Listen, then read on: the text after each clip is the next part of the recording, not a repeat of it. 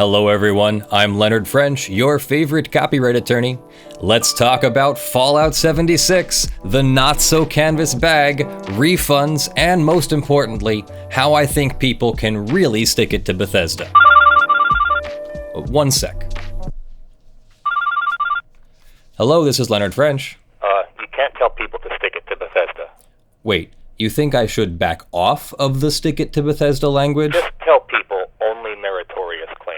Just genuine meritorious claims, and certainly nothing frivolous or vigilante. Got it. And this isn't legal advice. Okay, hang on. So, my legal department is telling me that I should be clear that the following is not individualized legal advice, that what I'm about to reveal should really only be used for genuine claims and not solely as a means for protest or social justice. And remind them that this is risky. Okay, and what I'm about to tell you also comes with some basic legal risks. You'll want to make sure you understand everything involved and are willing to accept the risks before actually taking the steps I'm about to discuss. Wait a second. Legal department? I'm my legal department. Who are you? What number did you dial? Yeah. Don't ever call here again. I guess I showed him. Nobody messes with Leonard French. So we recently held a 90-minute live stream about the Fallout 76 debacle and how a Washington, D.C. class action law firm is conducting at least a preliminary investigation into whether Bethesda could be sued or how customers could make claims. During that live stream, we found an interesting term in their terms of service or end user license agreement.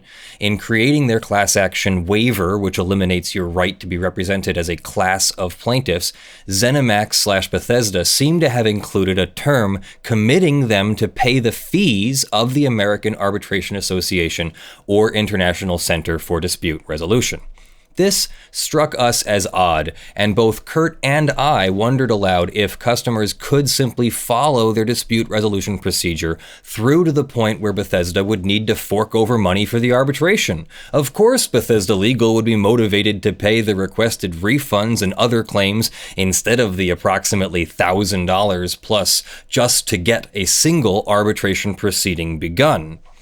Then, news spread that the Power Armor Edition people had received their orders and discovered that the promised canvas bag had been substituted for a cheap nylon one.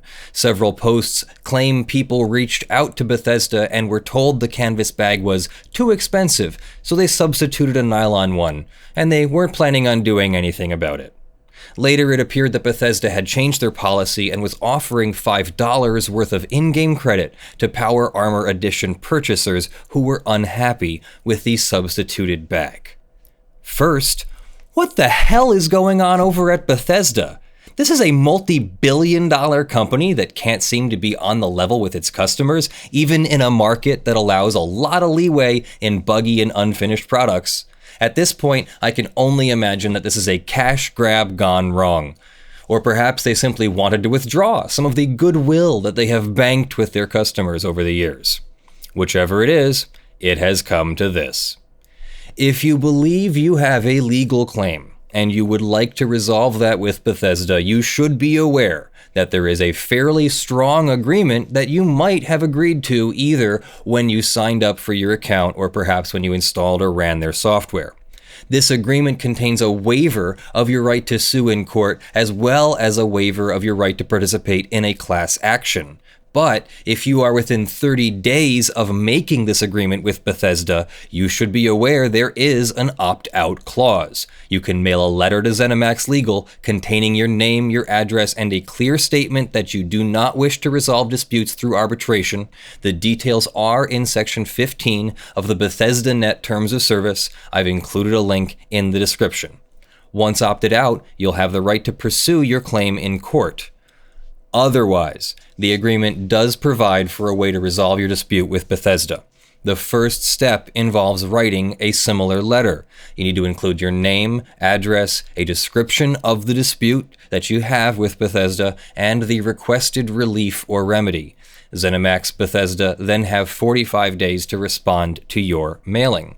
Assuming that they don't grant you a refund or otherwise grant your remedy at this first stage, their terms of service say that you can begin an arbitration claim with the American Arbitration Association or International Center for Dispute Resolution, depending on your location.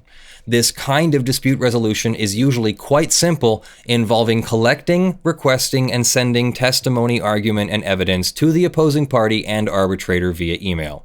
But here's where the finances get interesting. Their terms say that they will pay the costs of the arbitration process, including the arbitrator and the administrative fees, which total about $950 just to get started. The terms don't require them to pay for your attorney, your expert, or your costs, and the prevailing party can recover their costs if they follow the terms and dispute resolution procedure in good faith. So let's play this scenario out. Assuming your claim is meritorious, you send the initial letter, wait 45 days, make a request in writing that they pay the fees to commence the arbitration, and then contact the appropriate arbitration association to begin the official arbitration process. At some point, Bethesda Legal will have to confront the fact that they'll pay more than the requested refunds to cover the initial cost of the arbitration. They'll have to weigh whether it's better to grant your refund request or hold out for an arbitration award. If the arbitrator felt that they were the winning party, Bethesda then has to decide whether to try and recover those costs from the consumer who followed their dispute resolution process. Thanks in part to their insistence on a class action waiver, each and every one of these disputes needs to be handled individually. One of the unintended consequences of this shift is that instead of resolving all of your disputes in one class action, they now have to resolve all of your disputes one at a time. It's a bit like a small-time game of chicken. So, great, now you know how to open a dispute with Bethesda. Well, why would Bethesda offer to pay your arbitration fees? Could it be that they are still counting on even the total fees and refunds being less than the expected costs of a class action or other litigation in court?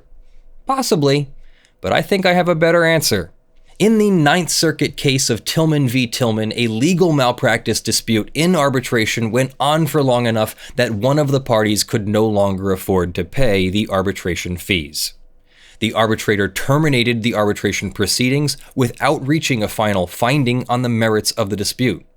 A previously filed federal court case had been stayed because the parties had agreed to arbitrate their dispute through a similar binding arbitration clause. Because the arbitration had been exhausted within the terms of the binding arbitration agreement, the court case was allowed to proceed. The court said, "Our decision that Tillman's case may proceed does not mean that parties may refuse to arbitrate by choosing not to pay for arbitration. If Tillman had refused to pay, despite having the capacity to do so, the district court probably could still have sought to compel arbitration under the FAA's provision, allowing such an order in the event of a party's failure, neglect, or refusal to arbitrate." So, applying this to the Bethesda case, I'm guessing that Bethesda offers to pay for the arbitrator and administrative fees to prevent claimants from filing lawsuits in court and arguing that they can't afford to pay for the arbitration.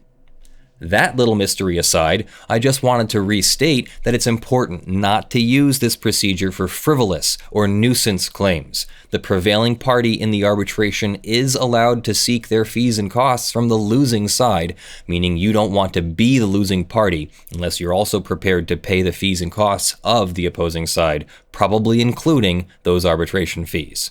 Now, I reached out to Magliaccio and Rathod LLP, the law firm that is conducting at least a preliminary investigation into the claims and rights of Fallout 76 customers, and they said that they would be interested in hearing from people who purchased the Power Armor edition expecting a canvas bag and who received a nylon bag instead. I've included a link to their Reddit post in the description. Their website is classlawdc.com. You can find their post about Fallout 76 by navigating to their blog. Disclaimer, I'm not affiliated with them in any way, I'm just passing this along. Another thought, some enterprising web developer can probably set up a site that takes your basic info and spits out a quick letter that conforms to the dispute resolution requirements of Section 15 of Bethesda's Terms of Service. If there's enough interest, and if I'm not stepping on anyone's toes, I'll consider asking one of my developers if we can set something up. This could help people file claims much more easily. Let us know in the comments below. Now, I have one last juicy thought, and I have to give credit where it's due. This suggestion came from none other than your favorite patent attorney, Kurt Mueller. He wondered if the people who received a nylon power armor carry bag could make a claim through Bethesda's dispute resolution process asking for specific performance as their desired remedy, meaning that they want Bethesda to ship an actual canvas bag instead of paying them money damages. It's an intriguing argument. Bethesda certainly has the resources to produce the advertised canvas bag and ship it to dissatisfied, or should I say, swindled customers. Now, what do you think the chances are that Bethesda will go through with an expensive dispute resolution process and arbitration just to prevent customers from getting the product that they paid for? And can you imagine how valuable a collector's edition canvas bag would be if the only customers to get one were the ones to make a claim through the dispute resolution process? And how much do you think that canvas bag would be worth in the future? Now, I know that we skipped a few things trying to keep this video shorter. I didn't go over the different legal claims that could be brought or what laws Bethesda may have broken, but I'm going to stop here in the hopes that this video will be more widely watched and you'll be more comfortable sharing it, as I'd love to see Bethesda resolve the overall dispute in a more customer-friendly manner. Because litigation is supposed to be the civilized alternative to war. And as you know, war never changes. I'm Leonard French, your favorite copyright attorney. Thank you so much for joining me. This is a community-supported channel. Thank you to the over 400 of you that support us on Patreon.com. Thank you to Justin Rogers, who is supporting us at the $500 level for the month of November.